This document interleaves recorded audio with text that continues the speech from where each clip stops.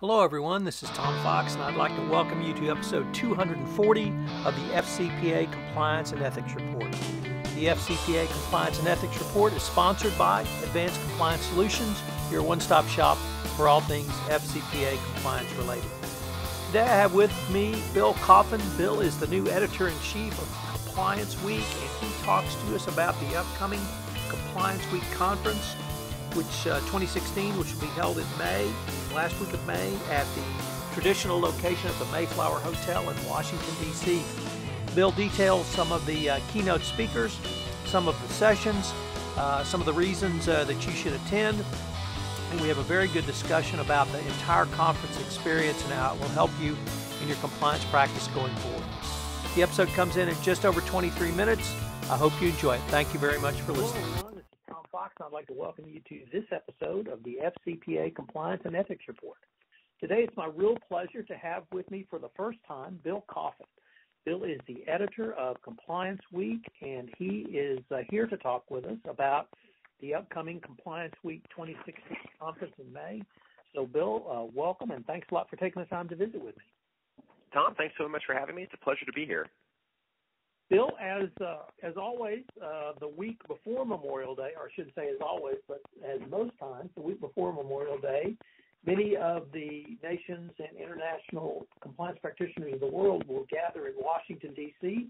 at the Mayflower Hotel for a fabulous 3 or 4 days of conferencing, networking, and learning about all things compliance related. And I wondered if you might be able to kind of walk us through what you see as some of the highlights of this year's event.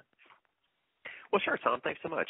And, we have a terrific lineup for this year's Compliance Week conference, and I'm just really thrilled to be part of it.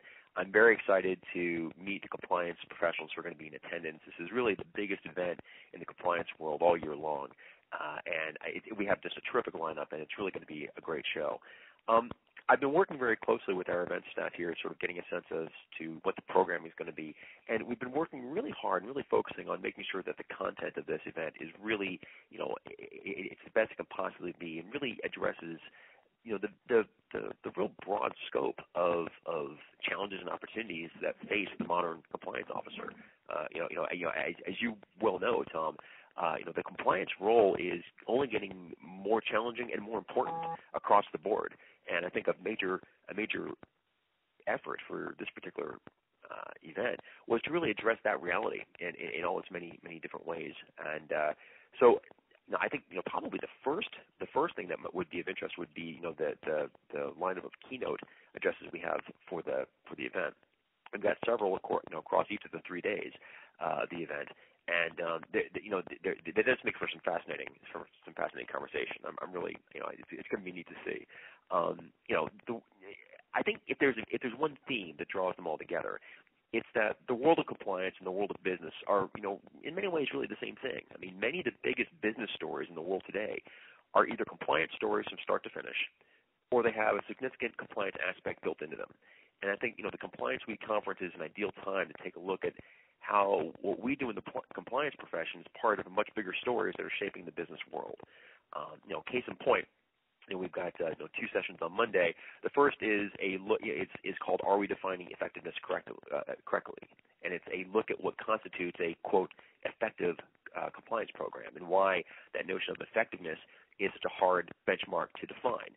And we've got some great people speaking about it. We've got Stephen Cohen, Associate Director of Division of Enforcement for the SEC, Janice Innes-Thompson, Chief Compliance and Ethics Officer for TIA-CREF, and Andrew Weissman, Chief of the Fraud Section for the DOJ. So we've got some real heavyweight thinkers who are talking about some pretty major topics here. Another topic that we're going to be talking about on Monday, which will be pretty cool, is we call it the unsolvable problem: performance, pay, pressure, misconduct. And what we're really doing is we're discussing, what we call the incentive trap, which is, when you place bottom line performance above ethics and compliance, and how can you get strong goals for your organization that at the same time don't somehow create a temptation for bad behavior? And on that we have Richard Bestrong from Frontline Anti-Bribery. We have Mark Hodak, adjunct professor of business ethics for NYU Stern, and Michael Shaw of U.S. Pharmaceuticals. So we've got, again, some really terrific people talking about this. on Tuesday, we actually have one of my favorite keynotes coming up, which is an organization in crisis, what went wrong at FIFA. And then we have Michael Hirschman. I'm greatly looking forward to this one. Yeah, you know what, you and me both, and not just because I'm a huge soccer fan. The FIFA story has been just a really fascinating one for a long time, and you know, as you can especially appreciate, Tom, you know, the FIFA story is one of those slow burn stories. It's something that has been sort of out there, you know, for you know, out in the public eye in one way or another for, you know, really for years, you know, and it was one of those issues where a lot of people kind of imagined nothing would ever come of it, and until suddenly one day it did, and there was kind of a tectonic change in that whole thing, wasn't there? Right. You know, so Michael Hirschman, who's co-founder of Transparency International, you know, and also a former member of FIFA's independent governance committee, he's going to be sharing some insights, not just on how the FIFA scandal broke and how it developed, but also, more importantly, how can you help your own organization you know, keep from falling into the same sense of perhaps heightened vulnerability that FIFA had, and how to not, you know, go down that road. So I think that's going to be a really interesting keynote. We're expecting some major attendance for that one. Well, like I said, I'm greatly looking forward to it. Well, you know, what's going to be interesting is that you know, the FIFA scandal is still unfolding as we speak, and you know, Absolutely. there's really no telling what's going to be happening. You know, by the time we get to the conference, there may be even further developments that are going to be worth talking about in that keynote. So that's going to be something really for people to keep their eyes on, I think. So, you know, another one that is near and dear to my heart, I think, especially as a journalist, is the stock option backdating scandal 10 years later. What did we learn? And this gets back to a pretty big piece of journalism that the Wall Street Journal published back in 2006 called The Perfect Payday. I'm sure Right. most people in your audience remember this one. It kind of caused a shockwave when this story landed. And, you know, for those who haven't read it, you know, the story, it was on the front page of the Wall Street Journal, and it was a remarkable piece of reporting that it highlighted some suspect options practices at more than 200 publicly traded companies. And, you know, to say that this story created a bit of a stir is a gross understatement. You know, people went to jail over this. It was pretty major. So this session, or this keynote address, it takes a look at, you know, 10 years on, you know, the scandal's impact on things like how internal investigations are handled, Right. but also what are some of the best practices for responding when the government comes knocking or when the press comes knocking, you know, and looking to ask some really tough questions on how you know, handle yourself internally. And I think, yeah. Yeah, you said something that really I don't think we explore enough in the world of compliance, which is what do you do when the press comes knocking?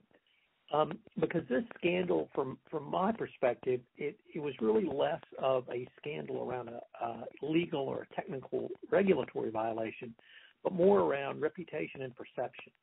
If you have a better chance of winning the Texas lottery than actually getting the same deal on stock option backdating that these CEOs got, the perception is just very wrong. And companies, I don't think, really have honed in on that lesson, which is how do you respond when the press comes knocking? And so I'm going to be really interested to hear the discussion now in light of all of the reputational scandals we've had over the past 10 years. You know, I completely agree with you. You know, Muhammad Ali had that great phrase, you know, everybody's got a plan until they get hit, right? And right, you know, and as you know, and as somebody who engages in boxing in his spare time, I can tell you that is really true. But you know, I think when you talk about the media component here, a lot of companies have got very, very strong, you know, programs in terms of, you know, external communications and crisis communications in particular. Something goes wrong, how do we handle who says what? And it's all very orderly and it all makes sense. But until it's actually tested, and tested in a way where you're dealing with that reality that something may be out of whack, and there may be some serious ramifications coming out of it, and then you've got the media in some way, shape, or form coming at you hard and fast, asking questions, not backing off. They may have an agenda, they may not. These are professionals you may have a relationship with, or you may not. You know, it might be your first time as an organization where you're really having a stark conversation with the media, and this happens very frequently. That a lot of companies, they simply sort of freeze up when this happens, or they don't know what to say. They don't really know who should be talking, and they sometimes suffer this weird mix of either paralysis or just, you know, foot and mouth disease, and they say things that can't be taken back, and or they simply just say nothing and sort of go into this turtle-like defense posture that just looks terrible. And so that I think it's a huge component, honestly, is media management, because you get one chance to make a good first impression, and that's especially true when the media is looking to write an unflattering story about you. So I think being able to talk about that aspect is going to be really educational. What are some? I know we've got a couple of other keynotes. Who else might be of interest? We do. Well, on Wednesday we've got a pair of pretty interesting keynotes. One is talking about the rise of what we call compliance 2.0, and really it's taking a look at in light of corporate misconduct and looking at things like scandals at Volkswagen, GM, Toshiba. It's going to be a look at the importance of what we call the empowered, independent chief compliance officer, and the challenges ahead that await that sort of person. I think a big part of it really comes down to that big question. When you look at scandals like Volkswagen, for example, and there's this big question, well, where was compliance in all this? And it's a fair question. It's kind of it's a natural question to ask. This sort of talks about that thing, and how can compliance really what role does it play, and more importantly, what role does it play in helping to prevent this kind of systemic problem from rearing its ugly head at other organizations? So I think it's going to be a pretty interesting conversation. So and that features Donna Boehm from Compliance Strategists and Pat Nazzo from Better Business Practices. So I'm really looking forward to attending that one in particular. And then our final keynote actually is going to be one from the Compliance Week staff itself. It's called Where Do We Go From Here? And it's going to be a roundup not only of the things that have been talked about at the conference, but also extrapolating that towards bigger trends that we see for the rest of the year and going forward. And so it's a good opportunity to get a sense of how do the editors think? What do we see coming out of all this? And what do we think the major stories are likely to be coming down the line? So that'll be a great chance to speak with me, to speak with fellow editors such as Joe Mont and Jacqueline Yeager, and it'll be a good chance to kind of see how the Compliance Week editorial staff looks at the same world that our attendees are living in. Bill, you've detailed really well the keynotes, but I don't want our audience to have a misunderstanding, because there is a ton of information in the form of panel discussions, in the form of small room conversations, and even breakfasts around certain specific topics. And rather than go through them all, I was just wondering, what are some of the ones that have caught your eye, or things that you think are kind of cutting edge or really topical at this point that you might want to highlight for us? Yeah, well, even if I wanted to go through them all, we wouldn't have time, certainly, because there's some 24 large room panel sessions, and I think almost 20 small room sessions. And it's great because it's such a broad array of content. It's really, there's something for everybody there. The larger panel sessions are going to be pretty interesting, I think, because these are a chance to hear some of the top minds in compliance have kind of a group discussion about some of the biggest issues in compliance itself. And some of the ones that I'm really looking forward to, I think, are kind of interesting. There's one it's called Engaging the Multi-Generational Workforce, and what it's really about is it's looking at how different generations of compliance practitioners kind of each bring their own unique views to solving compliance problems. Great insight. Yeah, it sort of talks about diversity of thought, and I think with something as important as compliance, having different views, having different approaches on things really can create a more robust problem-solving environment, and that's what that's all about. So that's going to be pretty cool to listen to. I think there's also one actually that I think you're going to particularly enjoy. It's called Remediation, Cooperation, and Other Good Times in an SCPA Probe, which is this is Tom Fox 101, right? But it's getting under the hood of what it really means to undergo a probe of this kind. Not exactly the most fun thing in the world to do, but I think that's going to be pretty interesting. And then there's one that is kind of near and dear to my heart, and this may be an outgrowth of my experience in the insurance world, but it's called Jettisoning the Jargon Jungle, and it's all about how anything can be totally obscured by a lot of fancy words, and compliance is no different. This is all about how do you have a robust program that really is not just a simple string of buzzwords, and actually you're speaking in plain language, and you're communicating across the organization what it is you're looking to achieve with your compliance program, how are you going to get there? How are you going to measure your benchmarks for success?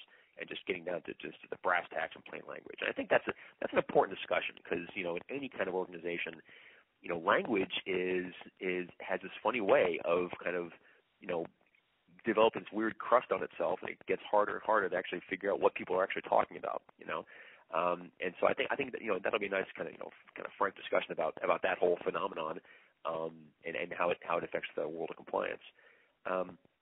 And there's one more that I'm particularly interested in, just Compliance Trends Report 2016, just a very big overview.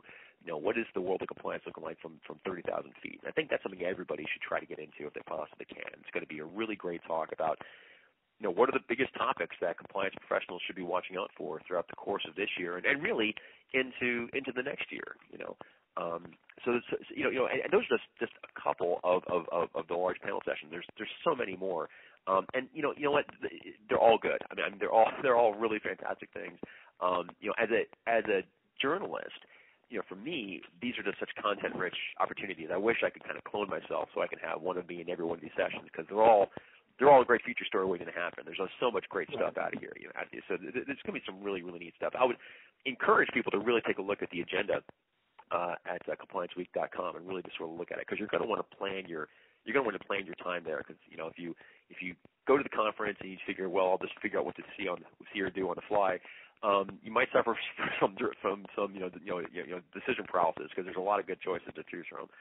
But the large panel discussions are just one half of it. There's also a large number of small room conversation sessions, and these are much more intimate kind of things. They're discussion-based sessions. They're limited to 20 internal practitioners. And these are really just more tightly focused workshops. These are places where our attendees can kind of compare their experiences and really speak frankly about some of the challenges and opportunities that they have faced in areas of particular interest.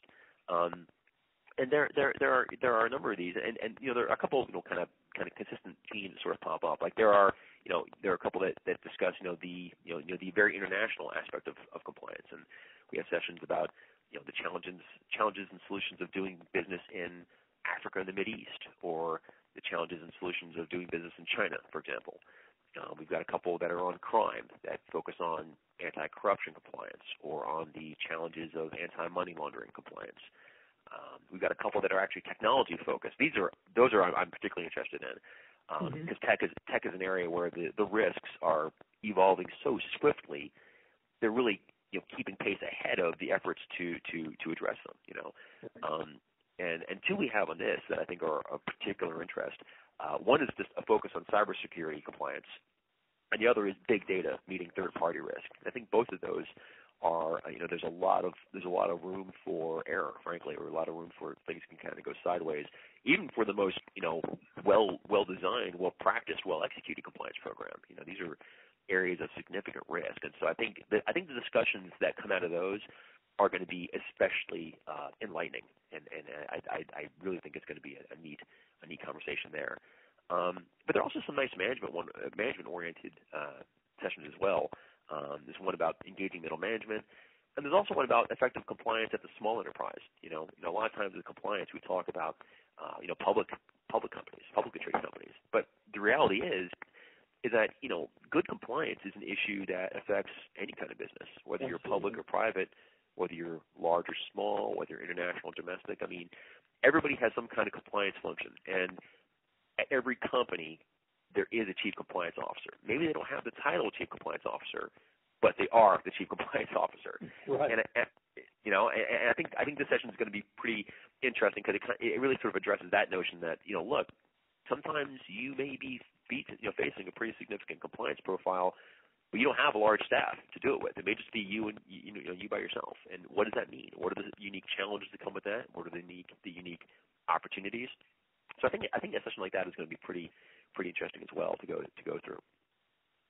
There are a couple of things that I would like to highlight, maybe three, that typically are not focused on.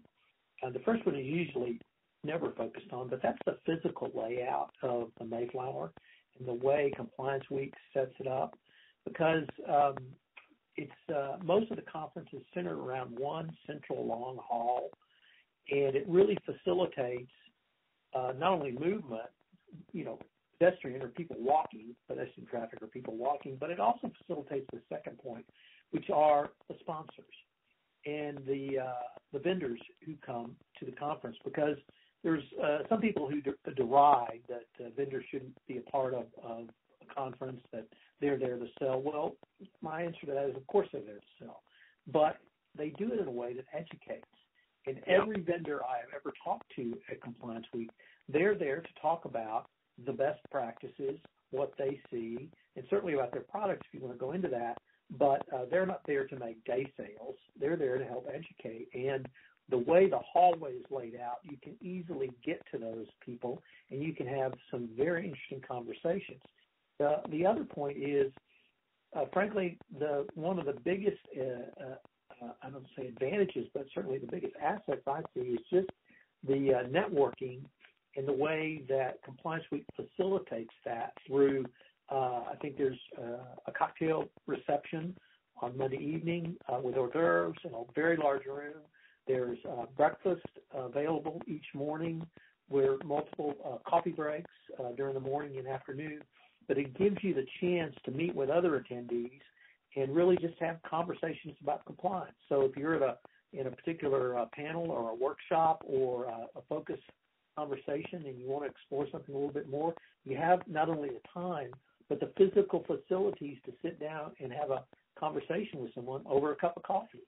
And that really facilitates everything that you have talked about exponentially, because you have the chance to follow up on it with the people you were listening to or talking to. Yeah, that's a really good point, Tom. I mean, you're not going to have a better networking opportunity all year long than at this conference. I mean, there's just such a huge concentration of practitioners and compliance professionals.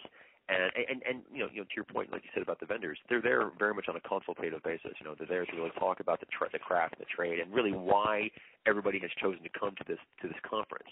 And so just the networking opportunities, the ability to have meaningful conversations with folks, to make connections, that are going to serve you all year long. It's really huge. And for me, that's one of the things I always enjoy most about a gathering such as this, is just the opportunity to speak with your fellow professionals and really get some great daylight on what exactly is moving your world. To that end, one thing that I'm really looking forward to is, we haven't quite nailed down when this is going to happen, but we're looking to have a special meeting as well, where I'll get a chance to actually meet with people and sort of give a quick overview as to what the year holds for Compliance Week as a publication. We've got I don't want to let the cat out of the bag too much, but we've got a great redesign of our print product coming, and it's going to debut in May, so people will be seeing it for the first time at the conference, which we're very excited about. But also, we've got some great changes with the publication in terms of, we're talking about addressing some new subject areas and, bringing some additional talent in to write for the publication, and also, opening the doors up a little bit to our audience themselves, and encouraging people to send us their submissions.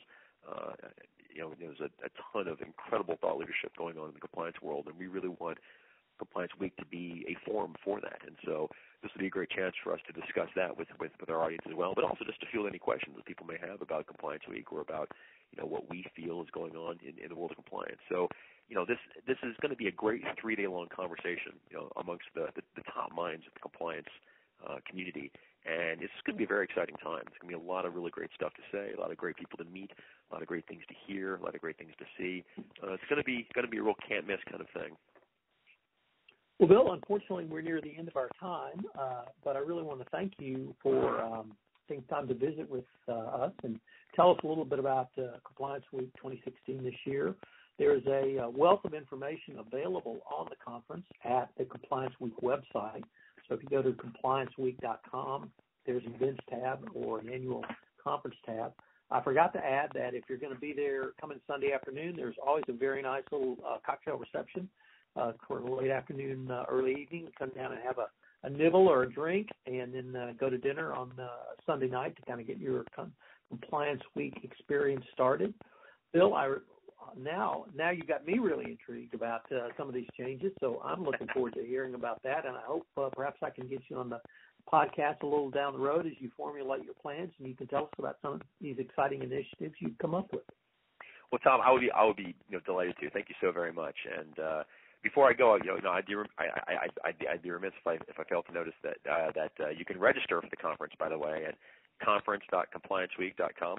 And also, I think it's important to note that if people attend, they can earn up to 19 CPE credits for the event, and there are also CLE credits available. So it's a great continuing education opportunity, but hope to see everybody there. And let me just add that if you're listening to this podcast, you can get a discount off the registration price. If you register, as Bill has just suggested, through the Compliance Week website, if you use the code CW16FOX, you'll get $200 off the pricing. So I hope that you will take advantage of that, and I hope that I will see you and Bill at the Compliance Week 2016 event. Thanks very much, Bill. Bye now. This is Tom Fox again. I'd like to thank you for listening to this episode of the FCPA Compliance and Ethics Report. I have two calls to action for you.